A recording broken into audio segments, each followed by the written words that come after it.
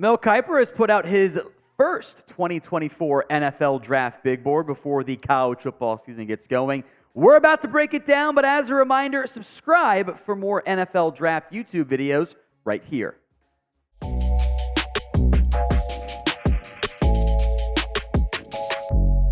Welcome back into NFL Daily. I am Tom Downey here once again with some more NFL draft coverage for you guys. The college football season technically underway, more still to come.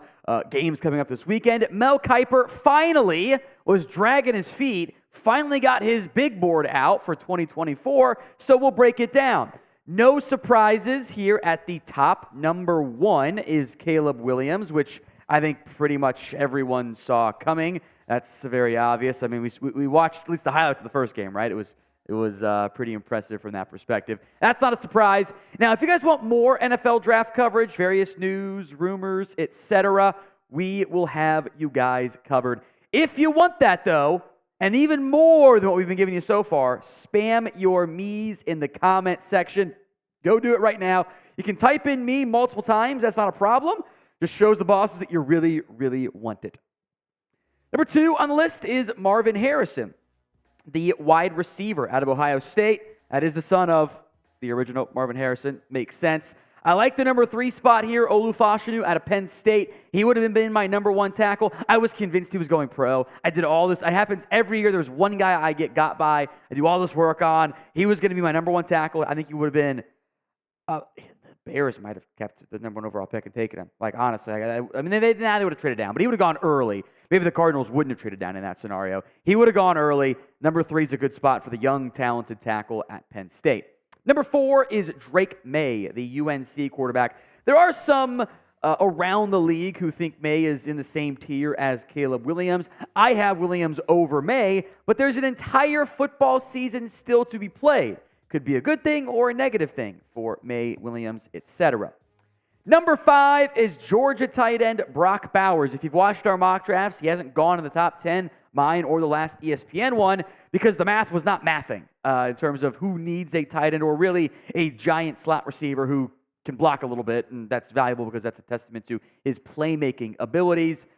I mean, that same caliber of athlete Kyle Pitts is, maybe, but he's not that far behind. He's going to be a premium player at a not premium position. Now, who do you think is the best player in the 2024 NFL Draft? Is it Caleb Williams? Is it Bowers? Somebody else mentioned or not yet mentioned? It is today's pinned comment, so if the ad comes here on YouTube, take advantage of it. Head down there and let me know. Number six, we have our first defensive player, Jared Verse out of FSU, the defensive end. I'm labeling with what Mel had labeled, by the way.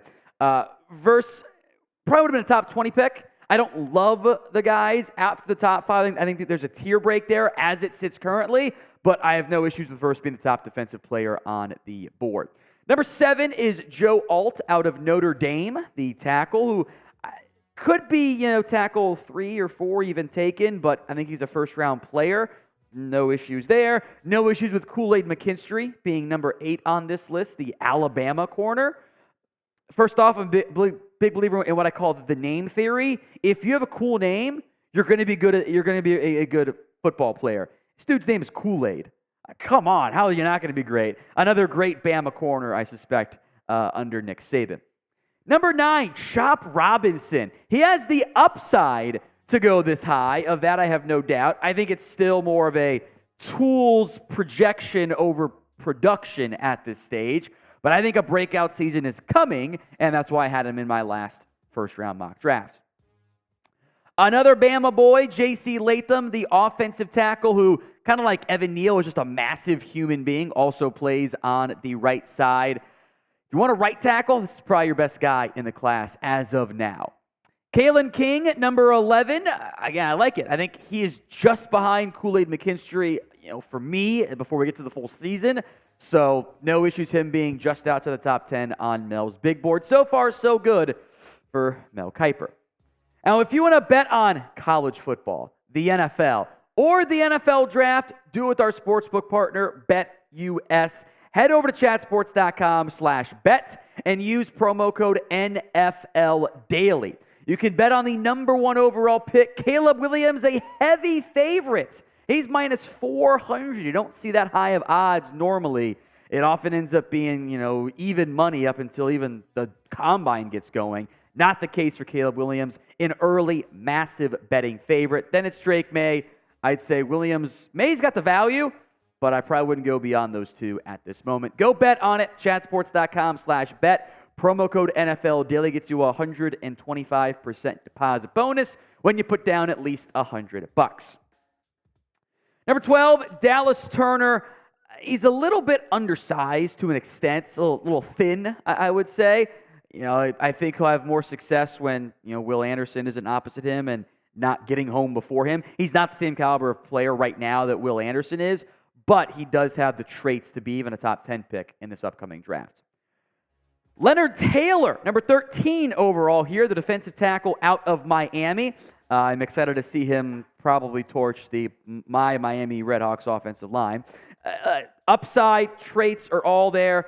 A lot of these defenders fall into a similar category of there is no Will Anderson, obvious top 5 pick, but there are guys who could become a top 5 pick. They just have to show it.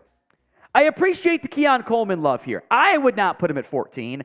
I think that's a little bit early, but I do think he's going to have a big-time season. Michigan State's quarterback play was garbage last year, but between Coleman and Jaden Reed, they had 2 great receivers. Now Coleman gets to go play for Jordan Travis.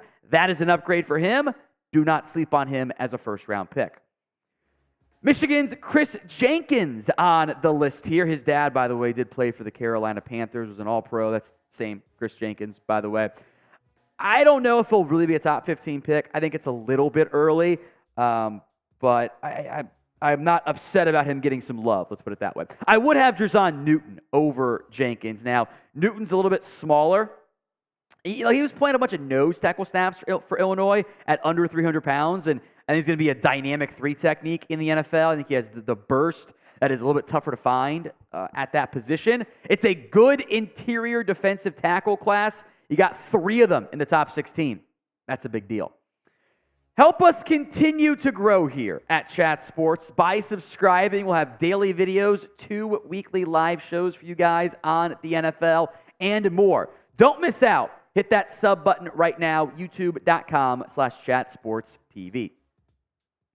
Number 17, Malik Neighbors, who has some fantastic speed. I thought LSU's offense got going around the time he got going as well. He is 1 spot ahead of Emeka Egbuka.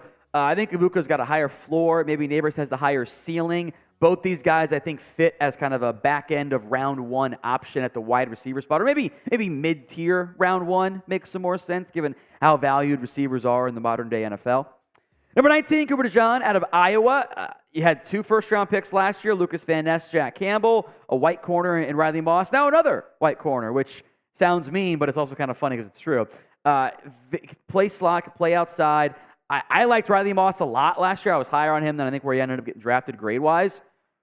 I think Cooper DeJean's a bit better. He's in as long as he plays well again. Obviously, for all those guys, that rings true. He's got first-round potential. All right, Riley Leonard out of Duke. I actually appreciate the love here. I'll make note, it's Riley Leonard at 20, Bo Nix at number 21, so we'll kind of group them together and talk about them both here because there is no Quinn Ewers, there is no J.J. McCarthy. I found that curious there. It's only currently, we'll see how the entire year plays out. I think I will have a higher grade on Riley Leonard than I did Daniel Jones. I didn't like Daniel Jones that much coming out. Took him a couple of years to actually show some promise in the NFL even. I think Leonard has some great size, frame, dual threat ability there. Let's see how he fares. Week 1 against Clemson. Big game for him. Then Bo Nix. I have memed him plenty about his time at Auburn and made jokes about it. He is a completely different player now at Oregon. It was unbelievable. He went from being, this dude's not getting drafted, to this guy was a Heisman contender, and I think will be again this year. That doesn't mean necessarily Bo Nix ends up being a first-round pick, but I will stop making my jokes about Nix, being, terrible like he was at Auburn. So prediction time. Will Bo Nix be a first-round pick in the 2024 NFL Draft? Get those votes in for me in the comment section. Y for yes or N for no. Latu here out of UCLA. Kind of a bigger bodied edge. He's listed at 6'5", 265. We'll see if the consistency stays there. A ton of pressures for UCLA at the frame and size. Mel's thinking 3-4 outside linebacker. I think he could play 4-3 base defensive end. Maybe kind of in that Tank Lawrence mold a little bit. Josh Newton out of TCU. He played very well last year. Allowed under 35% catch rate. That stuff is awesome and special. He was a 3-year starter at UL Monroe, transferred to TCU, has a chance to have another big-time season. I did like JT Tuimoloau, and Mel writes in his article that if you picked the Ohio State-Penn State game to only watch it last year, you'd think Tuimoloau was going to be the number 1 overall pick. And that is true. He had 2 sacks, a forced fumble recovery, INT, and a touchdown. That is one of 3 players ever to do that in college football. He looked incredible. The problem is he didn't do anything else the other games. He had 1.5 sacks combined. So if you get OSU, PSU, JT Tuimoloau, top 5 lock. You get that all season long.